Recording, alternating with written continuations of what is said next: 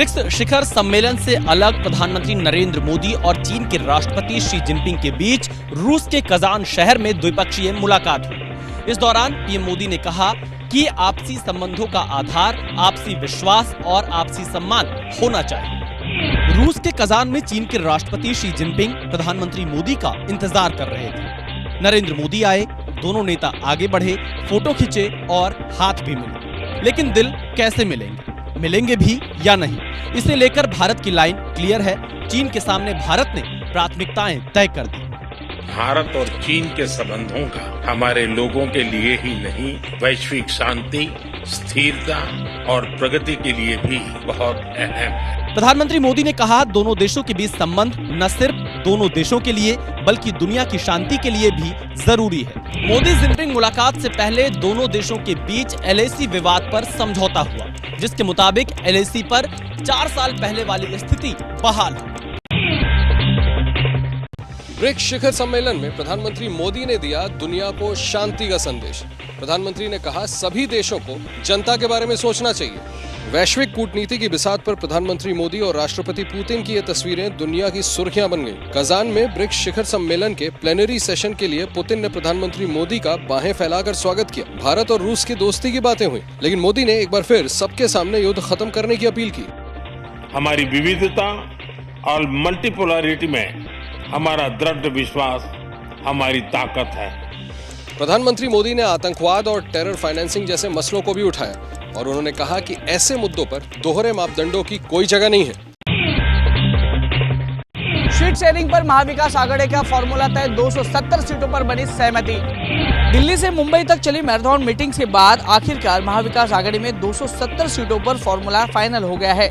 कांग्रेस, उद्धव गुट वाली शिवसेना और शरद पवार वाली एनसीपी में 85-85 सीटों पर चुनाव लड़ने की तैयारी हो गई है। 18 सीटें छोटे सहयोगी दलों के लिए दी जाएगी। बाकी बची 15 सीटों पर चर्चा चल रही है। 85, 270 ये बाकी सीटों पे भी हमारा क्लियरेंस हो जाएगा और महाविकास आघाड़ी करके हम लोग ये चुनाव लड़ने जा रहे हैं। इस चर्चा के बीच उद्धव गुट ने 65 सीटों पर उम्मीदवारी की घोषणा कर दी है। उद्धव गुट ने सीएम शिंदे के खिलाफ उनके गुरु आनंद दिघे के भतीजे केदार दिघे को उम्मीदवार बनाया है। महाविकास आघाड़ी के नेताओं के मुताबिक 15 सीटों पर जल्द ही मामला सुलझ जाएगा। महाराष्ट्र में 20 नवंबर को होनी है वोटिंग। वायनाड लोकसभा उपचुनाव के लिए प्रियंका गांधी ने किया नामांकन। खरगे, सोनिया गांधी, राहुल गांधी समेत कांग्रेस के कई बड़े नेता रहे मौजूद। नामांकन से पहले प्रियंका गांधी और राहुल गांधी ने रोड शो कर ताकत दिखाई। तकरीबन 12 बजे वायनाड के जिला मुख्यालय कलपेट्टा के न्यू बस स्टैंड से रोड शो की शुरुआत हुई। It has been 35 years since I have been campaigning for different elections. This is the first time that I am campaigning for your support for myself. इसके बाद प्रियंका गांधी ने एक जनसभा को संबोधित किया और फिर नामांकन के लिए पहुंची। प्रियंका गांधी के नामांकन के दौरान सोनिया गांधी, राहुल गांधी, मल्लिकार्जुन खड़गे, प्रियंका गांधी के पति रॉबर्ट वाड्रा और उनके बेटे रेहान वाड्रा भी मौजूद रहे। वायनाड में 13 नवंबर को वोटिंग होगी। यहां प्रियंका गांधी के सामने बीजेपी ने नव्या हरिदास को उतारा है। महाराष्ट्र विधानसभा चुनाव के लिए एनसीपी अजीत पवार गुट ने 38 उम्मीदवारों की लिस्ट जाहिर की। कांग्रेस के 2 बागियों को भी टिकट। लिस्ट में पहला नाम अजीत पवार का है। अजीत पवार अपनी पारंपरिक सीट बारामती से ही चुनाव लड़ेंगे।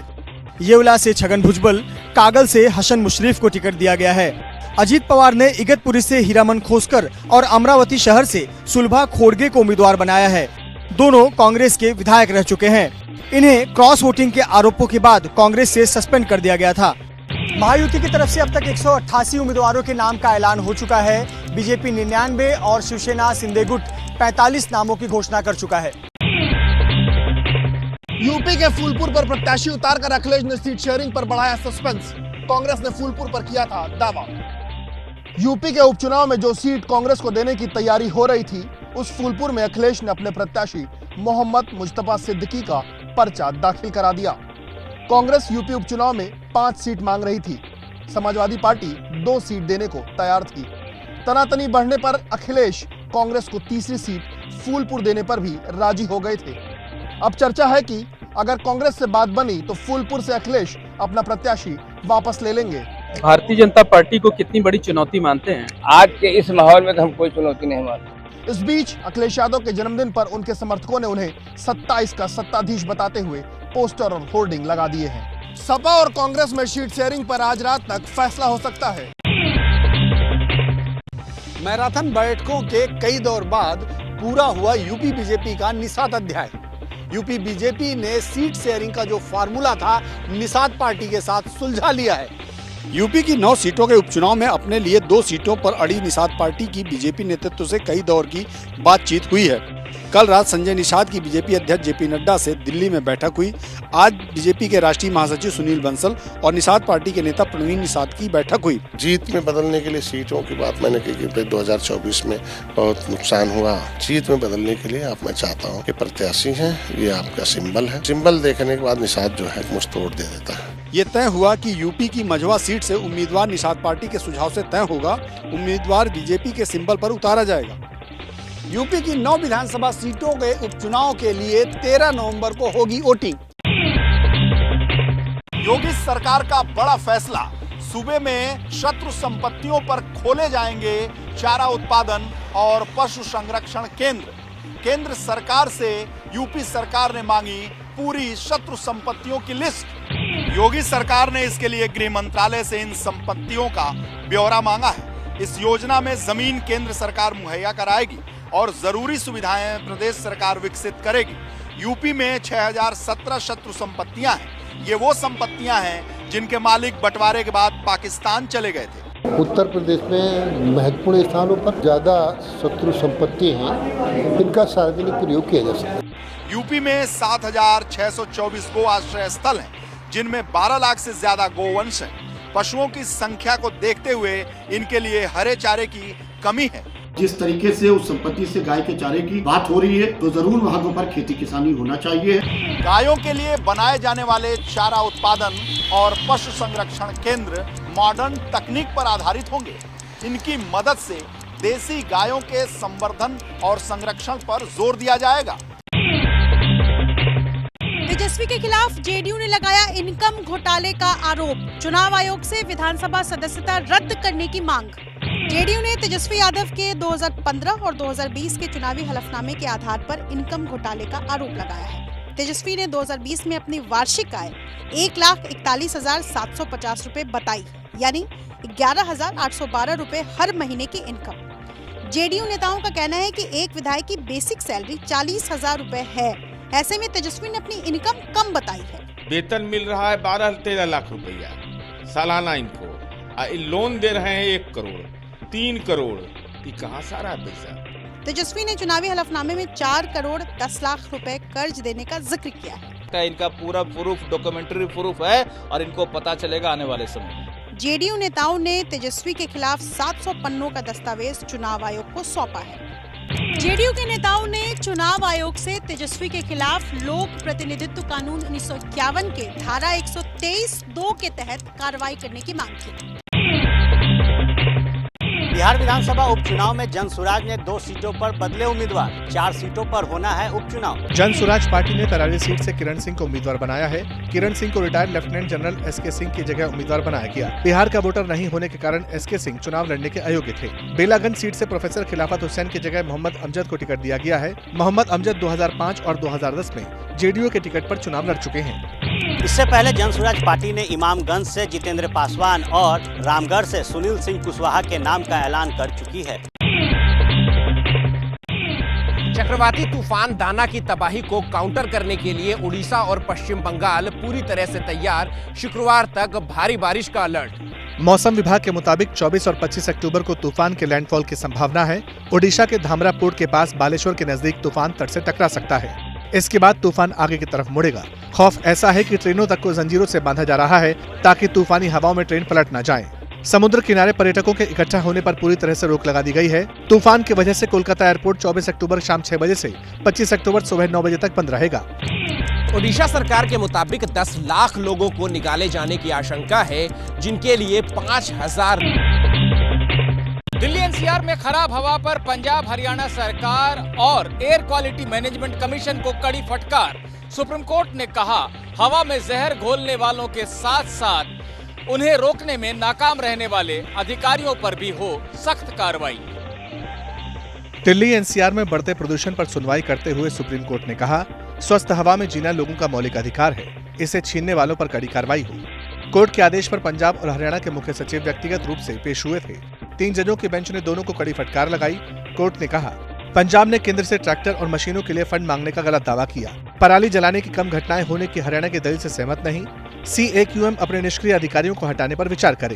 कोर्ट ने पंजाब और हरियाणा सरकार से कहा कि वो सिर्फ दिखावे के लिए चंद लोगों पर कार्रवाई न करें, सब पर एक्शन हो। दिल्ली में खराब हवा से निपटने के लिए आर्टिफिशियल बारिश करवाना चाहती है दिल्ली सरकार। केंद्रीय पर्यावरण मंत्री को दिल्ली सरकार ने लिखी है चिट्ठी। सर्दियों की दस्तक के साथ ही दिल्ली NCR में बढ़ते प्रदूषण की चिंता कोर्ट से लेकर सरकार तक फिर दिख रही है।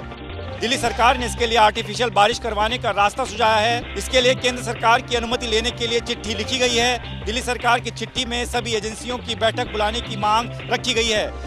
बढ़ते प्रदूषण की वजह से इस समय दिल्ली में ग्रैब 2 की बंदिशें लागू हैं। डीजल जनरेटर के इस्तेमाल पर भी रोक लगी है। दिवाली के जश्न को लेकर दिल्ली की जामिया यूनिवर्सिटी में बवाल। दिए जलाने को लेकर छात्रों के 2 गुटों में तनातनी। एक तरफ दिए जल रहे हैं, दूसरी तरफ हंगामा हो रहा है। फिलिस्तीन के समर्थन में नारेबाजी हो रही है, जहां दिवाली का जश्न 2 गुटों के अखाड़े में तब्दील हो गया। ये सब हुआ दिल्ली की जानी मानी यूनिवर्सिटी जामिया मिलिया इस्लामिया में। बताया जा रहा है कि दिए जलाने का दूसरे गुट ने विरोध किया। इसी बात पर हंगामा हो गया और टेंशन बढ़ गई, जिसके बाद पुलिस तैनात करनी पड़ी। रात को हुए इस विवाद का साइड इफेक्ट ये हुआ कि आज यूनिवर्सिटी के सफाई कर्मचारी वाल्मीकि जयंती भी ढंग से नहीं मना पाए। वाल्मीकि प्रतिमा को यूनिवर्सिटी के गेट पर ही रोक दिया गया। इस मामले में ABP न्यूज ने जामिया मिलिया इस्लामिया यूनिवर्सिटी के प्रशासन से संपर्क साधने की कोशिश की, लेकिन कोई जवाब नहीं आया। बिहार में दीपावली और छठ की छुट्टी पर चली कैची। विरोध में टीचर, शिक्षकों के साथ बीजेपी। बिहार में पिछले साल तक दीपावली से छठ तक स्कूलों की छुट्टी होती थी, लेकिन इस साल दीपावली पर सिर्फ 1 दिन की छुट्टी है। छठ पर 6, 7 और 8 नवंबर की छुट्टी है। 1947 से लेकर के साल 2023 तक दीपावली से लेकर के छठ पर्व तक लगातार छुट्टियां दी जाती थी। शिक्षक चाहते हैं कि दीपावली से छठ तक की छुट्टी दी जाए। शिक्षकों की इस मांग पर बीजेपी और JDU आमने सामने हैं। दीपावली से लेकर करके छठ पर्व तक छुट्टियां मिलनी चाहिए। ये एक सुविचारित निर्णय है और इसमें बच्चों का भविष्य निहित है। विरोध के बाद शिक्षा विभाग बैकफुट पर दिख रहा है। शिक्षा मंत्री ने कहा कि मांग पर विचार किया जाएगा। मथुरा की श्री कृष्ण जन्मभूमि और शाही ईदगाह मस्जिद विवाद में मुस्लिम पक्ष को बड़ा झटका। एक साथ सुनवाई के खिलाफ दाखिल रिकॉल अर्जी हाईकोर्ट से खारिज। हिंदू पक्ष की 1.5 दर्जन याचिकाओं पर एक साथ सुनवाई के खिलाफ मुस्लिम पक्ष ने रिकॉल याचिका दाखिल की थी। हाईकोर्ट ने इस याचिका को खारिज कर दिया। जजमेंट डिलीवरी में एप्लीकेशन 829 थी उनकी, 829 एप्लीकेशन डिसमिस करके उसकी फर्दर डेट उस पर 6 तारीख के लिए 6 नवंबर लगा दी। कंसोलेट करने की जो एप्लीकेशन पे ऑब्जेक्शन था वो डिसमिस कर दिया कोर्ट ने। मुस्लिम पक्ष ने अपनी रिकॉल याचिका में कहा था कि हिंदू पक्ष की याचिकाओं में असमानताएं हैं, इसलिए उन्हें अलग अलग सुना जाए। साथ ही ये भी कहा था कि पोषणीयता तय होने से पहले केस आपस में क्लब नहीं हो सकते हैं। कोर्ट ने मुस्लिम पक्ष की दलील को नकारते हुए उसकी रिकॉल अर्जी को खारिज कर दिया है। अदालत इस मामले में अब 6 नवंबर को वाद बिंदु तय करेगी। एक एरोस्पेस और डिफेंस कंपनी पे हुआ आतंकी हमला। भारतीय समय के मुताबिक शाम 6:30 बजे ये हमला राजधानी अंकारा से 40 किलोमीटर दूर कहराम काजन इलाके में TUSAS कंपनी के हेडक्वार्टर में हुआ। इस आतंकी हमले का CCTV फुटेज भी सामने आया है, जिसमें हथियार से लैस एक आतंकी महिला भी मौजूद दिखी। हमलावर एक टैक्सी में पहुंचे थे। यहां पहुंचकर उन्होंने बम ब्लास्ट किया और फायरिंग शुरू कर दी। मीडिया रिपोर्ट्स के मुताबिक इनमें से एक आत्मघाती हमलावर था जिसने खुद को बम से उड़ा दिया। बाकी 2 लोगों ने फायरिंग करना शुरू कर दी। कंपनी में 15,000 लोग काम कर रहे थे। मौके पर सुरक्षा बलों के साथ दमकल कर्मी और एम्बुलेंस भी मौजूद है। फिलहाल हमले की जिम्मेदारी किसी संगठन ने नहीं ली है। हमास के याह्या सिनवार के बाद अब इजराइल की सेना ने हिजबुल्लाह के एक बड़े लीडर को मार गिराने का दावा किया है। हाशिम सैफुद्दीन को हसन नसरल्लाह का उत्तराधिकारी माना जा रहा था। सैफुद्दीन के मारे जाने की खबरें पहले आ चुकी थीं, लेकिन इजराइल ने अब जाकर पुष्टि की है। इजरायली सेना के मुताबिक सैफुद्दीन के साथ अली हुसैन हजीमा भी मारा गया। इजराइल के मुताबिक हजीमा हिजबुल्लाह की इंटेलिजेंस यूनिट का चीफ कमांडर था।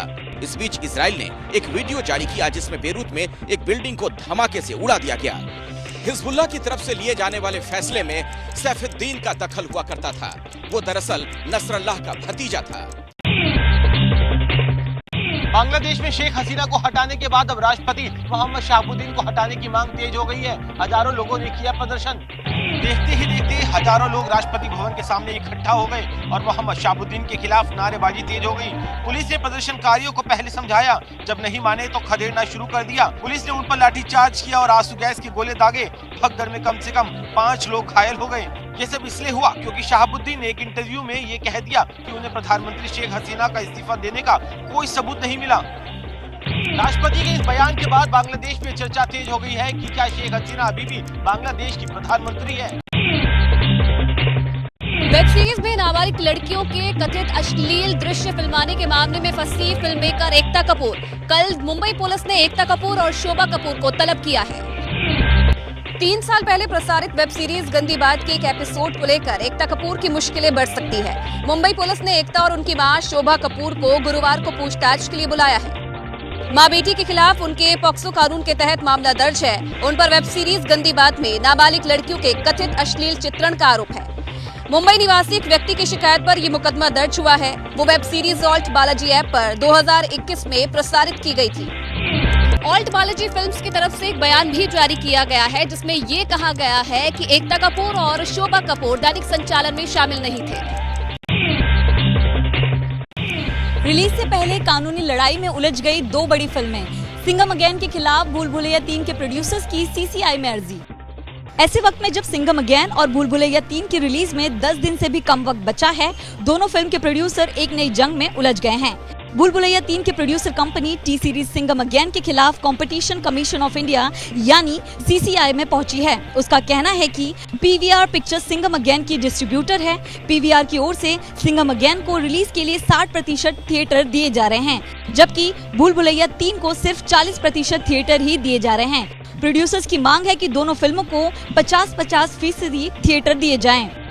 आरोप है कि भूल भुलैया 3 को सिंगल स्क्रीन में रिलीज करने के लिए थिएटर नहीं मिल रहे हैं।